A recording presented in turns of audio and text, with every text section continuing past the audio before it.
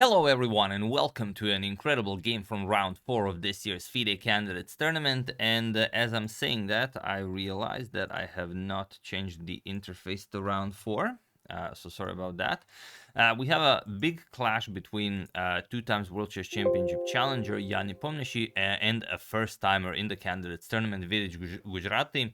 And what makes this matchup even more interesting is that Vidit has never defeated Nepo in classical chess. They've played 8 times, 3 times Nepo was victorious, and 5 times out of those 8 was a draw.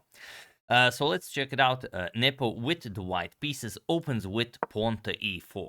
Now we have pawn to e5, knight to f3, knight to c6, and bishop to b5. The Ruy Lopez is on the board, and Vidit goes for knight to f6. Vidit is coming off from a pretty tough loss in round 2, and, he would definitely enjoy stopping the bleed. Usually a bleed is considered more than one loss, like maybe 2 consecutive or 3 consecutive losses in a row. But in a candidates tournament, even one loss can be considered a bleed. Okay, castles, knight captures on e4, we have pawn to d4, and now knight to d6. We have bishop captures, d captures, and d captures on e5. We go into the very well-known and probably the most analyzed line of the Berlin defense. Knight to f5, queen captures on d8, and king captures on d8. And here, Peter Leko was saying during his live commentary that he has invested so many hours in this opening. Like he said that he invested maybe 500 hours in the move h3 alone, maybe 5,000 hours in the move knight to c3. But then again, any move you play here is a move, and although black will usually play all the same moves like bishop e7, bishop d7, maybe the king comes to e8, maybe the king comes over to b8, maybe you play b6, maybe you play c5, but in what order and at what moment, that is to be decided. And here Nepo goes for knight to c3. It is the main line of the Berlin Wall, and well, now it's time to see what Vidit has prepared for this. And we even have a nice photo of this moment. There you have it. Not very eventful. Vidit still meditating, probably. Still from the first move. I know Vidit starts meditating for like a minute or two before the first move has been played, so maybe this is just him blinking. But then Nepo not very impressed. He's just playing really fast. But for the moment, Vidit playing very fast as well. So okay, bishop to d7 and pawn to h3, preparing pawn to g4 to kick away the knight from this mighty f5 square. Pawn to h6 and now pawn to g4. Okay, the knight goes back. We have knight to e7. Later on, the knight can be remaneuvered to wherever you please. And now, well, king to g2 or bishop to f4 are the two moves that are almost always being played here, but Nepo plays knight to h2, and it is now, as of move 12, that we have a completely new game. So even in the Berlin Wall setup, it's possible to have a completely new position on move 12. And the former world champion Vishwanathan Anand said that he's not very familiar with knight to h2. He's more used to the king coming to g2 and then to g3 to help with the defense of the g4 pawn, because black really wants to play h5. And Anand said that what immediately comes to mind when he sees this knight to h2 move is, what if pawn to h5 is played? It was not played in the game, but just to give you an example, for example, pawn to h5, pawn to f4, captures, and now Anand says, why not just rook captures on h2? And then after king captures, we're going to take this g4 pawn, and okay, black is up a pawn, white is up the exchange, but black does have the bishop pair, and he says that this is probably very solid and not a lot of ways for white to do anything, so it's, very much playable for black. He says that even if the two dark square bishops get exchanged, then there's no way for white to do anything in this game anymore. Plus, also you can maybe move the knight or move the knight to f5. If you move the knight to f5, the bishop and knight are controlling all of these squares. You move the bishop, you move the king, you can get the rook to h8. So there's a lot of cool stuff you could do with this position. But Vidit doesn't go for that. Vidit goes for pawn to g5. And pawn to g5 took Vidit a considerable amount of time, some 36 minutes. There's even a nice photo of this move. You can see Nepo strolling about, Vidit still considering what to play here. The time is ticking. Yeah, probably whoever took this photo realized that Vidit was just thinking for a very long time, and it must be a very important position. So yeah, pawn to g5, stopping pawn to f4, but that's exactly what Nepo plays. Pawn to f4. G captures, bishop captures on f4, and now another long thing for Vidit, not that long, but 11 minutes, bishop to e6, and already a considerable difference on the clock. Nepo still with his 2 hours on the clock, well, 1 hour and 56 minutes, and Vidit already down to 1 hour and 6 minutes. So that's, I mean, even for Nepo standards, that is quite impressive. We have knight to e4. Putting pressure on that c5 square, but also maybe preparing knight to f6. So b6, it's a fairly standard move in the Berlin. Knight to f3. Again, played fairly quickly, 6 minutes for this move. For Nepo, that is a long thing. And the idea is that, okay, if you now continue with your plan of king to c8, king to b7, then the knight can come to d4 and be just very annoying here. Especially if you get to trade bishop for knight. Then, for example, pawn captures, and you will have a very easy time of creating a pass pawn on the king side, as this pawn will no longer be covering the g6 square. So, okay, pawn to c5, stopping knight to d4, and now knight to f6. The knight not really hitting anything here, but it is, I mean, it is a very impressive steed. It has great influence, controls a lot of squares on f6.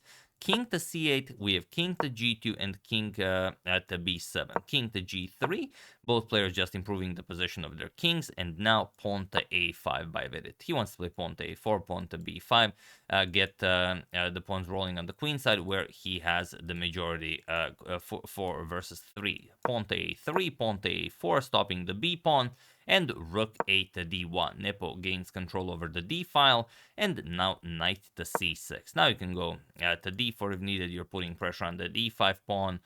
Maybe in the future rook to a5, maybe c4. Maybe you can further pressure that e5 pawn. So the knight on c6 is definitely an excellent square. Later on, it can also be remaneuvered to e7 and d5, maybe f5 if the g pawn moves. So a very flexible setup. Pawn to c3, further controlling the knight on c6, and bishop to e7. We have knight to h4. And this is, again, a move played fairly quickly by Nepo, some 7 minutes. Again, in Nepo time, that is long, but still, Nepo is now on 1 hour and 18 minutes. Vidit 33 minutes on the clock. And what is the knight doing? Well, the knight wants to come to f5, and then those knights will just be, monsters, and you will have to deal with them either by giving up the bishop pair or by conceding considerably position-wise. So here, pawn to h5. Knight to h4, perhaps not the most precise move due to this h5 idea, because now point is that if you capture on h5, then rook captures on h5 happens. And if g captures, there's rook to g8 check, forcing the king away from the defense of the knight on h4. King f3, let's say, bishop captures, and all of a sudden Vidit is just winning. So after this h5 move, pawn to g5 was played, and now rook to a5. Also here, with like I said, if the g pawn moves, the f5 square becomes available. Maybe now it's time to move the bishop, bring the knight to e7, and grab control over that f5 square. But okay, rook to a5. Vidit continues with his plan. Now he can put pressure on that e5 pawn by advancing this pawn to c4, or he can just play rook to b5 and then go after the b2 pawn. Now, it's again hard to say if the rook can just be, shifted to the second rank to control the b2 pawn, how useful this rook on b5 will be. But, I mean, obviously it's not a spur of the moment thing. It's a maneuver that you can usually play in these types of positions. So rook d to e1, now gaining more control over e5. If c4 is played, it will be defended. Rook to b5. And now just bishop back to c1, guarding the b2 pawn. Rook to b3, now aligning the rook with the white king. Now b5, b4 could be very strong. And here, Nepo goes for pawn to g6. He says, all right, your plan is too slow. My plan is much, much better and faster. And the problem is you can't just, for example, capture on f6 and then do something about this pawn, because after e captures, there's no good way to do it. If you play, for example, rook to g8 to pin the pawn, rook captures on e6, and that's it. one of the possibilities. And also you cannot touch the pawn here as the bishop would just hang. So after g6, you have to capture it right away. F captures on g6, knight captures, attacking the rook and the bishop, but okay, the knight on c6 defends the bishop, so the rook comes to d8, and now just knight captures on e7. Again, you could keep the tension here with moves like pawn to h4, or maybe rook to f3, stopping rook to d3 check, but knight captures on e7 right away by Nepo. Knight captures, and now knight captures on h5, winning a pawn, but only temporarily, as the h3 pawn will also fall. So okay, rook to d3 with check, rook to f3, rook captures, king captures, and bishop captures on h3. So it's move 32. 8 more moves need to be made in order for time control has to be reached. Nepo 54 minutes on the clock, Vidit 9.5 minutes on the clock, and pawn to e6 on the board. And the question is, how do you stop the pawn? Bishop g5 is coming, will attack the knight, then the knight will have to go somewhere to keep an eye on that e7 square. Of course, the pawn will come to e7, and then the bishop will be put to d7 to block the queening square. But again, you need something more. You need the square covered at least twice. So while it's possible to cover both e7 and e8, it's just not possible to cover it twice. So what is Vidit's plan here? Why did he allow this? Well, let's see. Pawn to b5. Okay, bishop to g5, going after the knight as planned. Knight to d7, knight to d5, and pawn to e7. Just preparing to bring a queen into the game, and bishop to d7. So this is Vidit's plan. He's saying, okay, you can promote this pawn into a queen, but in doing so, we're just going to capture, and after rook captures, capture on b2. And okay, now this pawn will fall, this pawn will also fall. Nepo will be up a piece, but Vidit will be up 3 or more likely 4 pawns. So instead, after bishop to d7, rook to d1 by Nepo, not advancing the pawn to victory right away, and making Vidit lose valuable time. And Vidit plays king to c6, and this is probably the instrument of Vidit's demise.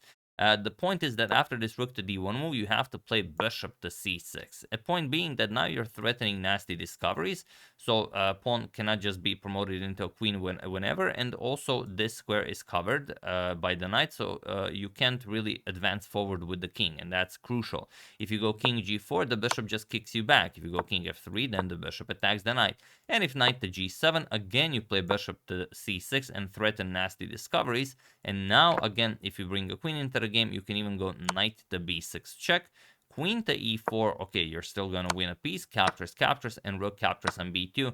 And again, the knight will win the a3 pawn, and you will have 3 or 4 pawns for that sacrificed piece. So that was definitely the way to go, but not an easy spot with 6 minutes on the clock. Vidit played king to c6, now already down to 4 minutes on the clock. King to e4. Of course, Nepo brings his king into the action as Vidit allowed it, and now, well, again, only way to fight is knight captures on e7. Now the position will not be as great as with the bishop on c6. Point being that after knight captures, bishop captures, and rook captures on b2, you're not winning the rest of the pawns, because knight to f4, and after rook to c2, going after the pawn, there's knight g6. And the bishop is already attacked. You're threatening knight to e5 check to pick up the bishop. Yeah, after the bishop moves, you're just going to give knight to e5 check. After the king moves, you're going to play rook to d8, harass the bishop. After the king defends, you will play rook to d3, defend the pawn, and only 1 pawn for the piece. That's no compensation. So after king to e4, bishop to e8 was played by Vidit, but now the position is completely winning, although you have to find 2 very, very strong moves, one right after the other, to win this for Nepo. Feel free to pause the video and win the game for Nepo and take the lead in the candidates tournament while I give you a couple of seconds.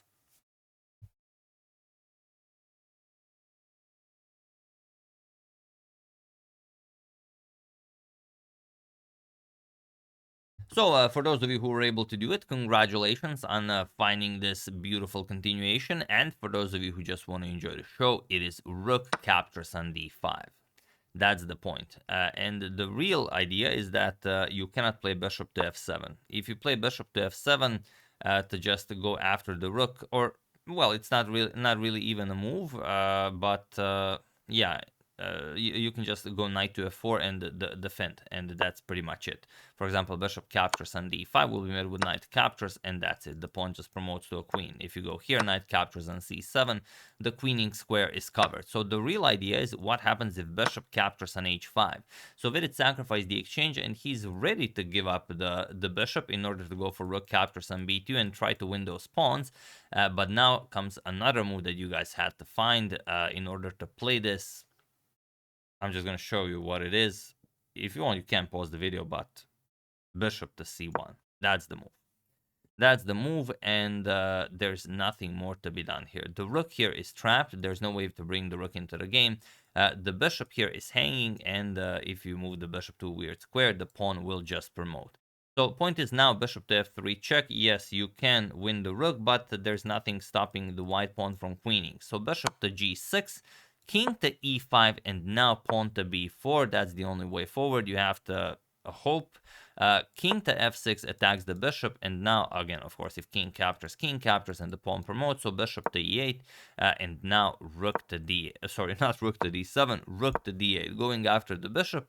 B captures on a3. We have b captures on a3, and now bishop to d7. One last hope for Vidit is that Nepo promotes the pawn and wins the bishop, because then, okay, you can take on c3, and it's still a draw. But Nepo just played king to f7, and he was in this position on move 44 that Vidit Gujrathi resigned the game, as there is nothing more to be done here. So second loss in a row for Vidit. Not the best for him, but Nepo already with his second victory in the FIDE candidates tournament. Well on his way to winning the candidates for the third time in a row. Of course, it's still early. It's only round 4. But yeah, I mean, that's if you do it, that's the way you want to do it. All the other games have ended in a draw. And yeah, Nepo the only one with a decisive result here. Definitely very impressive. So here you resign because there's not much to be done here. Once you capture on c3, of course, just rook captures on d7, and once king captures, the queening square is covered by the black king, and also the bishop on c1 stops rook to e3, so there's no way you can defend that queening square. So, of course, after king to f7, Vidit resigned, and I mean, what a victory for Jan Nepomniachtchi in the Berlin, taking down the Berlin Wall like this, with the main line of knight to c3, and then finding this poisonous knight to h2 move. And already on the second move, Vidit spending 36 minutes to find g5, and then for his next move, bishop to e6, he was basically 1 hour lower on the time, and well, that's what did it. He just did not have enough time to figure out the best moves, and Nepo takes the full point. So incredibly impressive. You know, it's hard to find the weakness for Nepo. If you go into some crazy variations where everything is hanging, where Nepo is on -5, he's just gonna crush you. And if you played the most solid line of the Berlin defense, you know, he will still outplay you on move 12. That's absolutely incredible. And yeah, here are the standings. If you guys are interested, like I said, Nepo now in the lead with 3 points. In second, shared Fabiano Caruana and Gukesh. Interestingly, Nepo, Fabi, and Gukesh, only 3 players without a loss so far. Prague on 2 points, as he did lose the game, but he also bounced back with a very strong victory against Vidit. Hikaru, Nijat, Alireza, and Vidit all sharing 5th place with 1.5 points. So, very interesting turn of events in the FIDE Candidates Tournament. This was round 4. Today is a rest day, so if you guys have some suggestions from the open section, do use a hashtag suggestion. I will probably show the Vaishali versus Salimova game next, but I'm definitely open to suggestions. So yeah, that's the game. Hope you guys enjoyed it. I would like to thank Andreas Rosenthal, David Gasparian, Max, and Tom and William Smith for your contribution to my channel. Thank you a lot. I really appreciate it. As usual, you can check 2 of my previous videos here. Thank you all for watching, and I will see you soon. Continuing to check up on your wonderful suggestions and whatever else happens in the chess world, but mostly covering the FIDE Candidates Tournament. So thank you all. I will see you soon, and have an excellent rest of your day.